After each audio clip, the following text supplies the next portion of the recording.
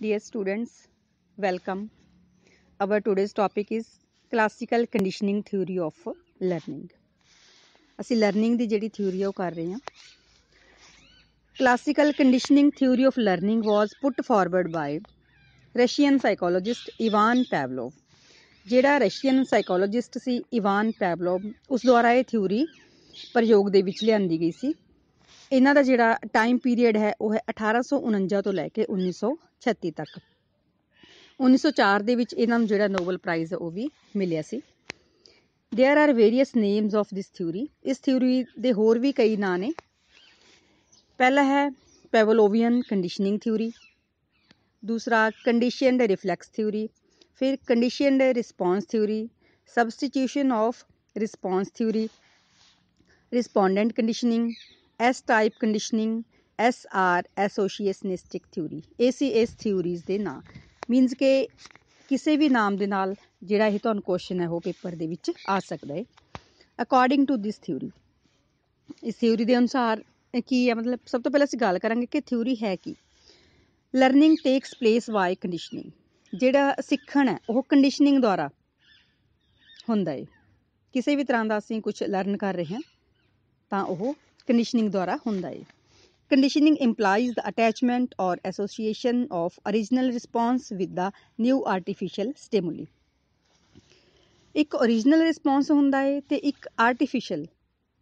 ਇਹਨਾਂ ਦੋਨਾਂ ਨੂੰ ਐਸੋਸੀਏਟ ਔਰ ਅਟੈਚ ਕਰਕੇ ਜਿਹੜੀ ਕੰਡੀਸ਼ਨਿੰਗ ਹੈ ਉਹ ਪੈਦਾ ਹੁੰਦੀ ਹੈ। ਦੋਵੇਂ ਚੀਜ਼ਾਂ ਜ਼ਰੂਰੀ ਨੇ, ਆਰਟੀਫਿਸ਼ਲ ਰਿਸਪੌਂਸ ਵੀ ਤੇ ਓਰੀਜਨਲ ਰਿਸਪੌਂਸ ਵੀ।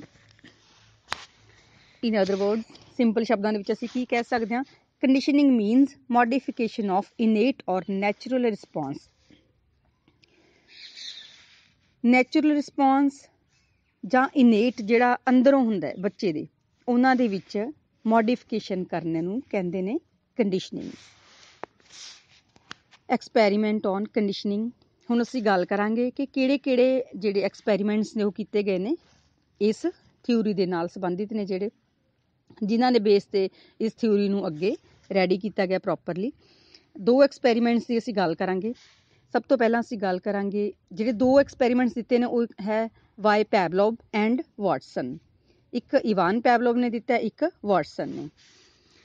ਸਭ ਤੋਂ ਪਹਿਲਾਂ ਅਸੀਂ ਗੱਲ ਕਰਾਂਗੇ ਪੈਵਲੋਵਸ ਐਕਸਪੈਰੀਮੈਂਟ ਔਨ ਡੌਗ, ਜਿਹੜਾ ਕਿ ਡੌਗ ਦੇ ਉੱਪਰ ਪੈਵਲੋਵ ਨੇ ਐਕਸਪੈਰੀਮੈਂਟ ਕੀਤਾ ਸੀ। ਪੈਵਲੋਵ ਨੇ ਇਹ ਐਕਸਪੈਰੀਮੈਂਟ ਇੱਕ ਕੁੱਤੇ ਦੇ ਉੱਪਰ ਕੀਤਾ ਸੀ। ਇਹ ਤਾਂ ਆਪਾਂ ਨੂੰ ਸਾਰਿਆਂ ਨੂੰ ਪਤਾ ਹੈ ਕਿ ਭੋਜਨ ਨੂੰ ਦੇਖ ਕੇ ਕੁੱਤੇ ਦੇ ਮੂੰਹ ਦੇ ਵਿੱਚ ਜਿਹੜੀ ਲਾਰ ਹੈ ਟਪਕਣ ਲੱਗ ਜਾਂਦੀ ਹੈ। ਪੈਵਲੋਵ ਨੇ ਕੁੱਤੇ ਨੂੰ ਖਾਣਾ ਦੇਣ ਤੋਂ ਪਹਿਲਾਂ ਕਈ ਦਿਨ ਘੰਟੀ ਵਜਾਈ, ਫਿਰ ਜਲਦੀ ਹੀ ਉਸ ਨੂੰ ਖਾਣਾ ਦਿੱਤਾ। ਮੀਨਸ ਘੰਟੀ ਵਜਾਈ ਤੇ ਨਾਲ ਦੀ ਨਾਲ ਉਹਨੂੰ ਜਿਹੜਾ ਭੋਜਨ ਆ ਉਹ ਦਿੱਤਾ ਗਿਆ।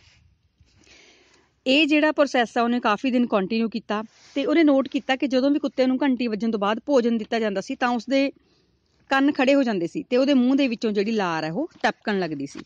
ਇਸ ਤੋਂ ਬਾਅਦ ਪੈਵਲੋਵ ਨੇ ਸਿਰਫ ਘੰਟੀ ਵਜਾਈ ਪਰ ਭੋਜਨ ਉਸਨੂੰ ਨਹੀਂ ਦਿੱਤਾ ਗਿਆ। ਉਸਨੇ ਦੇਖਿਆ ਕਿ ਘੰਟੀ ਦੀ ਆਵਾਜ਼ ਸੁਣਨ ਤੇ ਹੀ ਕੁੱਤੇ ਦੇ ਮੂੰਹ ਵਿੱਚੋਂ ਲਾਰ ਟਪਕਣ ਲੱਗ ਜਾਂਦੀ ਸੀ। ਇਹਦਾ ਅਰਥ ਕੀ ਹੋਇਆ ਕਿ ਜਿਹੜੀ ਘੰਟੀ ਦੀ ਆਵਾਜ਼ ਹੈ ਉਹ ਆਰਟੀਫਿਸ਼ਲ ਸਟਿਮੂਲਸ ਹੈ, ਉਹਦੇ ਨਾਲ ਹੀ ਜਿਹੜੀ ਲਾਰ ਹੈ ਉਹ ਟਪਕਣ ਲੱਗ ਪਈ। ਜਦਕਿ ਭੋਜਨ ਜਿਹੜਾ ਕਿ ਅਸਲੀ ਉਤੇਜਕ ਹੈ, ਨੈਚੁਰਲ ਹੈ, ਉਹਨੂੰ ਦੇਖ ਕੇ ਜਿਹੜੀ ਲਾਰ ਹੈ ਉਹ ਟਪਕਦੀ ਸੀ ਪਹਿਲਾਂ। ਇਹਦੇ ਨਾਲ ਕੀ ਹੋਇਆ ਵੀ ਦੋਵਾਂ ਦੇ ਵਿਚਕਾਰ ਜਿਹੜਾ ਸੰਬੰਧ ਹੈ ਉਹ ਪੈਦਾ ਹੋ ਗਿਆ ਨੈਚੁਰਲ ਸਟਿਮੂਲਸ ਤੇ ਆਰਟੀਫਿਸ਼ਲ ਸਟਿਮੂਲਸ ਦੇ ਵਿੱਚ। ਮੀਨਸ ਕਿ ਲਾਰ ਟਪਕਣਾ ਤੇ ਘੰਟੀ ਦੀ ਆਵਾਜ਼ ਦੇ ਨਾਲ ਸਥਾਪਿਤ ਹੋ ਗਿਆ। ਦੋ ਸਟਿਮੂਲਸ ਕਿਹੜੇ ਹੋ ਗਏ? ਪਹਿਲਾ ਹੈ ਉਤੇਜਨਾ ਸਟਿਮੂਲਸ, ਘੰਟੀ ਵੱਜਣਾ, ਤੇ ਦੂਸਰਾ ਸਟਿਮੂਲਸ ਉਹਦੇ ਲਈ ਭੋਜਨ ਸੀ। ਨੈਕਸਟ ਜਿਹੜਾ ਐਕਸਪੈਰੀਮੈਂਟ ਆ ਉਹ ਅਸੀਂ ਕਰਾਂਗੇ ਵਾਟਸਨ ਦਾ ਐਕਸਪੈਰੀਮੈਂਟ। ਇਹ ਜਿਹੜਾ ਐਕਸਪੈਰੀਮੈਂਟ ਸੀ ਵਾਟਸਨ ਦਾ, ਇਹ ਰੈਬਿਟ ਤੇ ਬੇਬੀ ਦੇ ਨਾਲ ਕੀਤਾ ਗਿਆ ਸੀ। ਰੈਬਿਟ ਖਰਗੋਸ਼, ਤੇ ਜਿਹੜਾ ਬੱਚਾ ਸੀ ਉਹ ਸਿਰਫ 11 ਮਹੀਨਿਆਂ ਦਾ ਸੀ। ਵਾਟਸਨ ਵੀ ਇੱਕ ਵਿਵਹਾਰਵਾਦੀ ਸੀ, ਉਹਨੇ ਵੀ ਪੈਵਲੋਵ ਦੀ ਤਰ੍ਹਾਂ ਹੀ ਐਕਸਪੈਰੀਮੈਂਟ ਕੀਤਾ। ਉਹਨੇ ਜਿਹੜਾ ਆਪਣਾ ਐਕਸਪੈਰੀਮੈਂਟ ਸੀ ਉਹ 11 ਮਹੀਨਿਆਂ ਦੇ ਬੱਚੇ ਉੱਪਰ ਕੀਤਾ। ਵਾਟਸਨ ਨੇ ਬੱਚੇ ਨੂੰ ਖੇਡਣ ਦੇ ਲਈ ਇੱਕ ਖਰਗੋਸ਼ ਦਿੱਤਾ। ਬੱਚਾ ਜਦੋਂ ਵੀ ਖਰਗੋਸ਼ ਦੇ ਵਾਲਾਂ ਨੂੰ ਛੂਹਣ ਲੱਗਦਾ ਸੀ, ਟੱਚ ਕਰਨ ਲੱਗਦਾ ਸੀ, ਤਾਂ ਇੱਕਦਮ ਉੱਚਾ ਸ਼ੋਰ ਕੀਤਾ ਜਾਂਦਾ ਸੀ, ਇੰਨੀ ਉੱਚੀ ਆਵਾਜ਼ ਕੀਤੀ ਜਾਂਦੀ ਸੀ ਜਿਹਦੇ ਨਾਲ ਬੱਚਾ ਡਰ ਜਾਂਦਾ ਸੀ। ਤੇ ਇਹ ਜਿਹੜਾ ਐਕਸਪੈਰੀਮੈਂਟ ਸੀ ਬਹੁਤ ਵਾਰ ਕਰਕੇ ਦੇਖਿਆ ਗਿਆ ਤੇ ਰਿਜ਼ਲਟ ਕੀ ਨਿਕਲਿਆ ਕਿ ਬੱਚਾ ਡਰਾਉਣ ਵਾਲੇ ਸ਼ੋਰ ਤੋਂ ਬਿਨਾਂ ਹੀ ਖਰਗੋਸ਼ ਨੂੰ ਦੇਖ ਕੇ ਡਰਨ ਲੱਗ ਪਿਆ ਸੀ। ਫੈਕਟਰਸ ਅਫੈਕਟਿੰਗ ਕੰਡੀਸ਼ਨ ਰਿਸਪੌਂਸ, ਜਿਹੜੇ ਅਸੀਂ ਗੱਲ ਕਰਦੇ ਹਾਂ ਵੀ ਕਿਹੜੇ ਫੈਕਟਰ ਨੇ ਇਹਨੂੰ ਅਫੈਕਟ ਕਰਦੇ ਨੇ। ਫਸਟ ਹੈ ਮੋਟੀਵੇਸ਼ਨ। ਮੋਟੀਵੇਸ਼ਨ ਜ਼ਰੂਰੀ ਹੈ। ਅਗਰ ਅਸੀਂ ਮੋਟੀਵੇਟ ਨਹੀਂ ਕਰਾਂਗੇ, ਠੀਕ ਹੈ ਜੀ, ਮੀਨਸ ਕਿਸੇ ਵੀ ਤਰ੍ਹਾਂ ਦਾ ਕੋਈ ਜਿਹੜਾ ਸਟਿਮੂਲਸ ਹੈ ਉਹ ਨਹੀਂ ਦੇਵਾਂਗੇ, ਤਾਂ ਇਹ ਜਿਹੜਾ ਐਕਸਪੈਰੀਮੈਂਟ ਹੈ ਉਹ ਪ੍ਰੋਪਰ ਨਹੀਂ ਹੋਏਗਾ। ਨੈਕਸਟ ਹੈ ਪ੍ਰੈਜੈਂਟੇਸ਼ਨ ਆਫ 2 ਸਟਿਮੂਲਸ। 2 ਸਟਿਮੂਲਸ ਪੇਸ਼ ਕਰਨੇ ਨੇ, ਇੱਕ ਨੈਚੁਰਲ ਤੇ ਇੱਕ ਆਰਟੀਫਿਸ਼ਲ। ਨੈਚੁਰਲ ਜਿੱਦਾਂ ਕਿ ਅਸੀਂ ਗੱਲ ਕੀਤੀ ਹੈ ਭੋਜਨ ਸੀ, ਤੇ ਆਰਟੀਫਿਸ਼ਲ ਕੀ ਸੀ, ਜੋ ਘੰਟੀ ਵਜਾਈ ਜਾਂਦੀ ਸੀ। ਰਿਲੇਸ਼ਨ ਬਿਟਵੀਨ ਬੋਥ ਸਟਿਮੂਲਸ, ਤੇ ਜਿਹੜੇ ਇਹ ਦੋਨੋਂ ਸਟਿਮੂਲਸ ਨੇ ਇਹਨਾਂ ਦੇ ਵਿਚਕਾਰ ਰਿਲੇਸ਼ਨ ਵੀ ਹੋਣਾ ਜ਼ਰੂਰੀ ਹੈ। ਜਿਵੇਂ ਕਿ ਘੰਟੀ ਵਜਾਈ ਤੇ ਨਾਲ ਦੀ ਨਾਲ ਉਹਨੂੰ ਭੋਜਨ ਦੇਣਾ, ਤਾਂ ਇਹਦੇ ਵਿੱਚ ਕੀ ਹੋ ਗਿਆ, ਰਿਲੇਸ਼ਨ ਹੋ ਗਿਆ, ਕਿਉਂਕਿ ਦੋਨੇ ਇੱਕ ਦੂਸਰੇ ਦੇ ਨਾਲ ਸੰਬੰਧਿਤ ਹੋ ਜਾਣਗੇ। ਰੈਪੀਟੇਸ਼ਨ ਆਫ ਸਟਿਮੂਲਸ, ਫਿਰ ਅਸੀਂ ਬਾਰ-ਬਾਰ ਰਿਪੀਟ ਵੀ ਕਰਨਾ ਹੈ। ਇਹਦੇ ਨਾਲ ਕੀ ਹੈ, ਇਹ ਸਮਝ ਆ ਜਾਏਗਾ। ਜਿਸ ਤਰ੍ਹਾਂ ਕਿ ਉਸ ਡੌਗੀ ਨੂੰ ਸਮਝ ਆ ਗਿਆ ਸੀ ਕਿ ਮੈਨੂੰ ਜਦੋਂ ਬੈਲ ਵਜਾਈ ਜਾਏਗੀ ਉਸ ਤੋਂ ਬਾਅਦ ਜਿਹੜਾ ਭੋਜਨ ਆ ਉਹ ਦਿੱਤਾ ਜਾਏਗਾ। ਜਦੋਂ ਰਿਪੀਟ ਹੋਏਗਾ, ਕਈ ਵਾਰ ਹੋਏਗਾ, ਤਾਂ ਫਿਰ ਜਿਹੜਾ ਐਕਸਪੈਰੀਮੈਂਟ ਆ ਉਹ ਪ੍ਰੋਪਰ ਕੰਪਲੀਟ ਹੋਏਗਾ।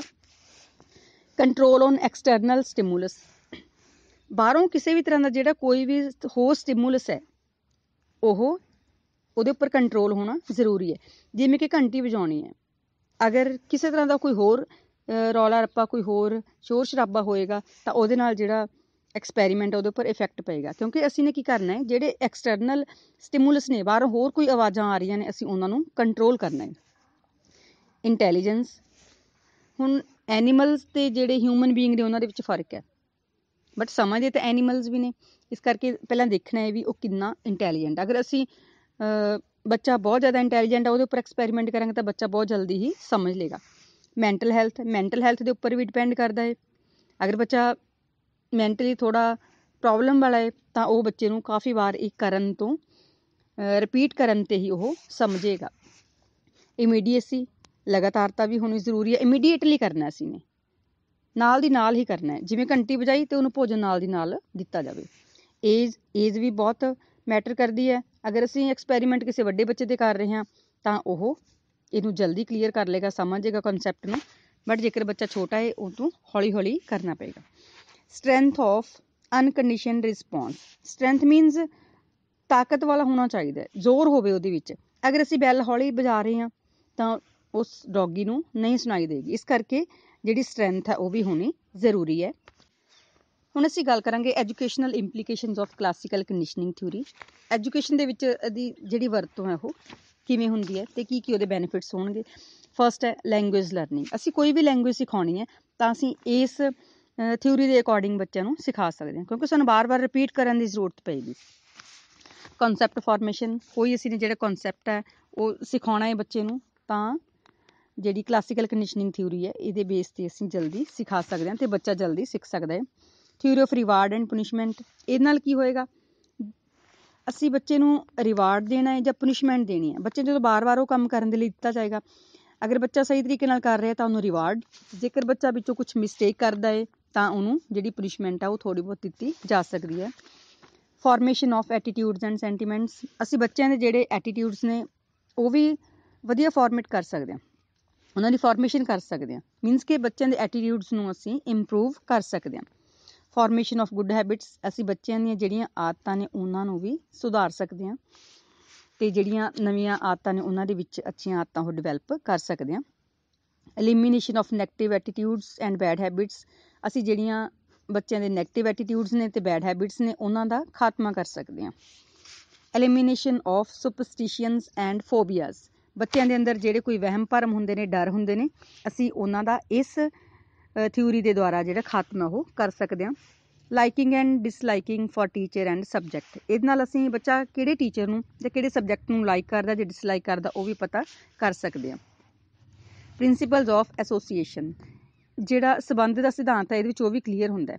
ਜਿਵੇਂ ਕਿ ਡੌਗੀ ਦਾ ਕਿਵੇਂ ਸੰਬੰਧ ਹੋਇਆ ਭੋਜਨ ਅਤੇ ਘੰਟੀ ਦੇ ਨਾਲ, ਉਵੇਂ ਅਸੀਂ ਜਿਹੜਾ ਬੱਚਿਆਂ ਦਾ ਲਰਨਿੰਗ ਦੇ ਟਾਈਮ ਇਸੇ ਤਰ੍ਹਾਂ ਦਾ ਜਿਹੜਾ ਸੰਬੰਧ ਪੈਦਾ ਕਰਕੇ ਅਸੀਂ ਉਹਨਾਂ ਨੂੰ ਸਿਖਾ ਸਕਦੇ ਹਾਂ।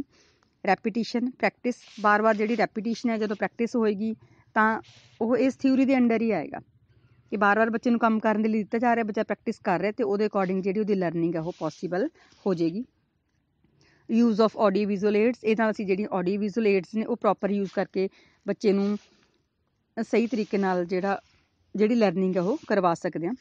ਟਰੀਟਮੈਂਟ ਆਫ ਮਲ ਐਡਜਸਟਡ ਚਿਲਡਰਨ, ਜਿਹੜੇ ਬੱਚੇ ਨੇ ਜਿਹੜੀਆਂ ਆਦਤਾਂ ਨੇ ਉਹ ਠੀਕ ਨਹੀਂ ਹੁੰਦੀਆਂ, ਮੀਨਸ ਕਿਤੇ ਬੱਚੇ ਪ੍ਰੋਪਰ ਉਹਨਾਂ ਨੂੰ ਕਲਾਸਰੂਮ ਦੇ ਵਿੱਚ ਐਡਜਸਟਮੈਂਟ ਦੇ ਵਿੱਚ ਪ੍ਰੋਬਲਮ ਆ ਰਹੀ ਹੈ, ਉਹਨਾਂ ਦਾ ਬਿਹੇਵੀਅਰ ਠੀਕ ਨਹੀਂ, ਤਾਂ ਅਸੀਂ ਇਸ ਤਰ੍ਹਾਂ ਦੇ ਬੱਚਿਆਂ ਨੂੰ ਜਿਹੜਾ ਟਰੀਟਮੈਂਟ ਉਹ ਇਸ ਥਿਊਰੀ ਦੇ ਦੁਆਰਾ ਦੇ ਸਕਦੇ ਹਾਂ। ਯੂਜ਼ਫੁਲ ਇਨ ਮੈਂਟਲ ਹੌਸਪੀਟਲਸ, ਜਿਹੜੇ ਮੈਂਟਲ ਹੌਸਪੀਟਲ ਨੇ ਉਹਨਾਂ ਦੇ ਵਿੱਚ ਇਹ ਜਿਹੜੀ ਥਿਊਰੀ ਹੈ ਉਹਨੂੰ ਯੂਜ਼ ਕੀਤਾ ਜਾਂਦਾ ਹੈ।